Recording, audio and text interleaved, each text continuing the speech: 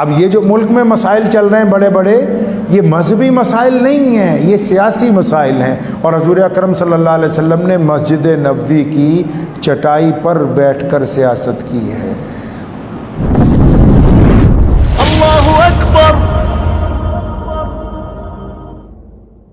پردھان تو مسلمانوں کا بننا ہے، لیکن جب مسئلہ آ جائے گا تو حمایت افسروں کی کرنی ہے۔ پردھان تو بننا ہے مسلمانوں کا، لیکن جب پنگا پڑ جائے تو حمایت کرنی ہے افسران کی، تاکہ وہ ان سے راضی ہو جائیں۔ تو پھر تمہیں کہا کس نے کہ تم مسلمانوں کے ذمہ دار بن جاؤ؟ میرے پاس کئی لوگ آئے کہ مولانا کلیم صدیقی صاحب کے بارے میں دوبارہ کچھ کہیں، تو میں نے کہا یہ تو سیاسی مسئلہ ہے۔ میرے پردادا رئیس الارار مولانا ابراہیم لدھیانوی رحمۃ اللہ علیہ نے بڑی تاریخی بات کہی۔ سن 1929 میں جب انگریز کی طرف سے قادیانیت کا زور بڑھا،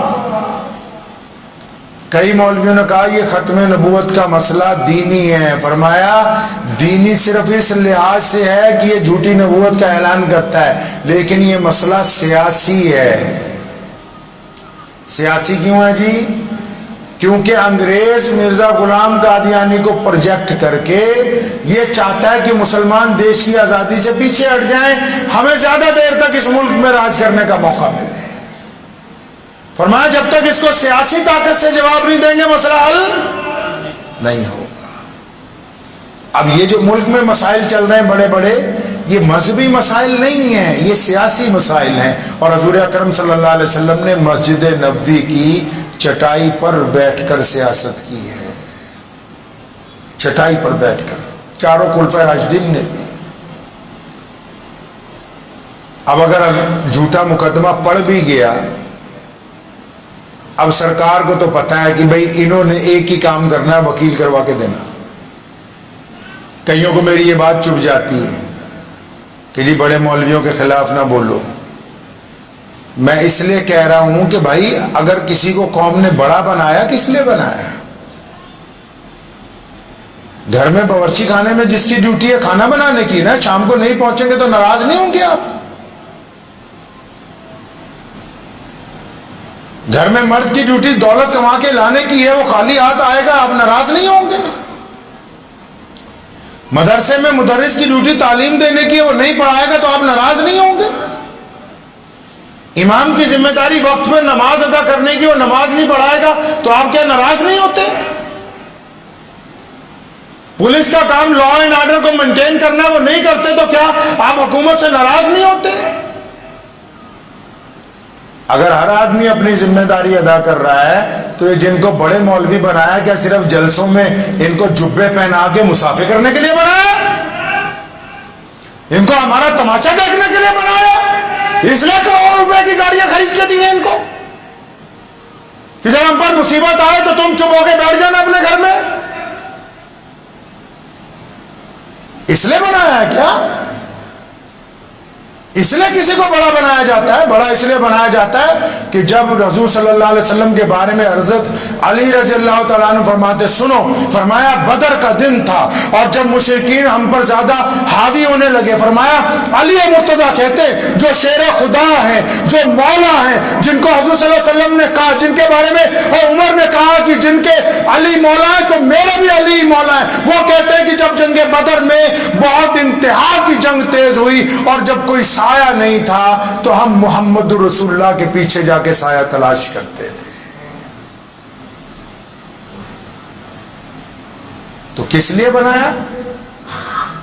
کسی کو بڑا کس لیے بنایا؟ گھر میں باپ کیوں ہوا؟ تاکہ بچے اس کے سائے میں پلیں گے، ہے جی؟ ہم نے M P M L A کیوں بنائے؟ تاکہ وہ ہماری قیادت کریں، وہ ہماری زبان بولیں گے جا کے پارلیمنٹ میں، وہ ہماری باتیں پارلیمنٹ تک پہنچائیں گے، وہاں جا کے بتائیں گے کہ ہمارے ساتھ ظلم ہوا ہے، زیادتی ہوئی ہے، کیا بات ہوئی، وہ کہیں گے اپنی زبان سے۔ یہ جو بار بار جاتے ہیں لاکھوں لوگوں کو لے کے جلسے کرنے کے لیے دلی کے میدان کے اندر، بس صرف اس لیے کہ آپ پگڑیاں باندھیں اور بندھوائیں، مٹھائی کھائیں اور کھلائیں اور عید ملن کے پروگرام کریں اور کروائیں، یہ اس کام کے لیے آپ کو بڑا بنایا ہم نے؟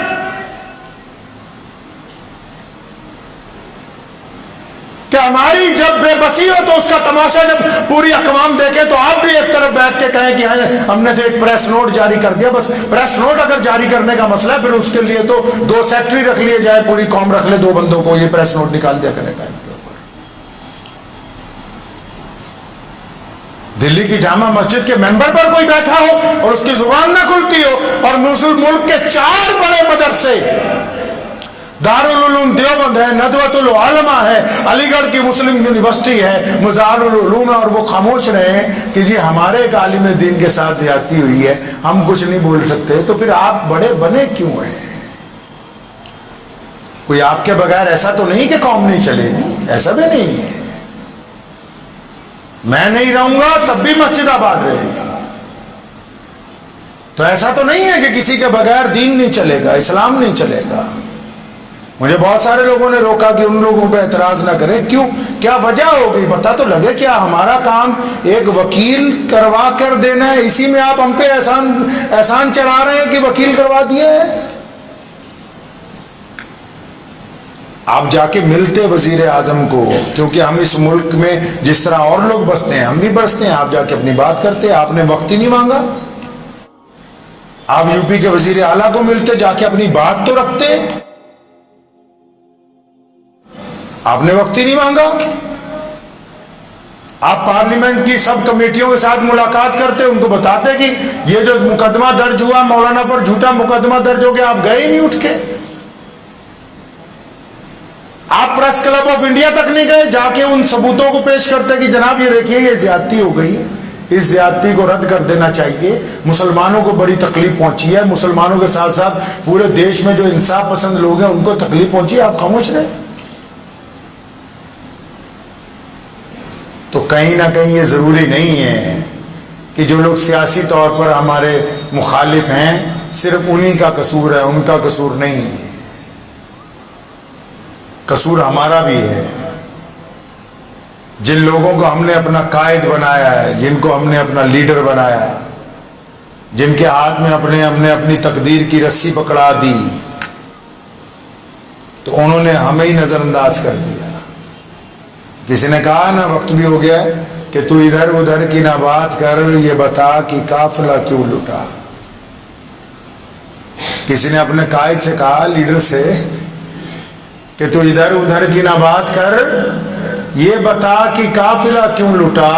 مجھے راہزنوں سے گلا نہیں, تیری رہبری کا سوال ہے. دعا کیجیے اللہ مجھے اور آپ کو اس پہ عمل کی توفیق عطا فرمائے. وآخر دعوانا الحمدللہ رب العالمین. مجھے امید ہے کہ آپ کو یہ ویڈیو پسند آئی ہوگی. اگر پسند آئی ہو تو یہ آپ اپنے دوستوں کے ساتھ شیئر کریں, اور اس چینل کو سبسکرائب ضرور کریں.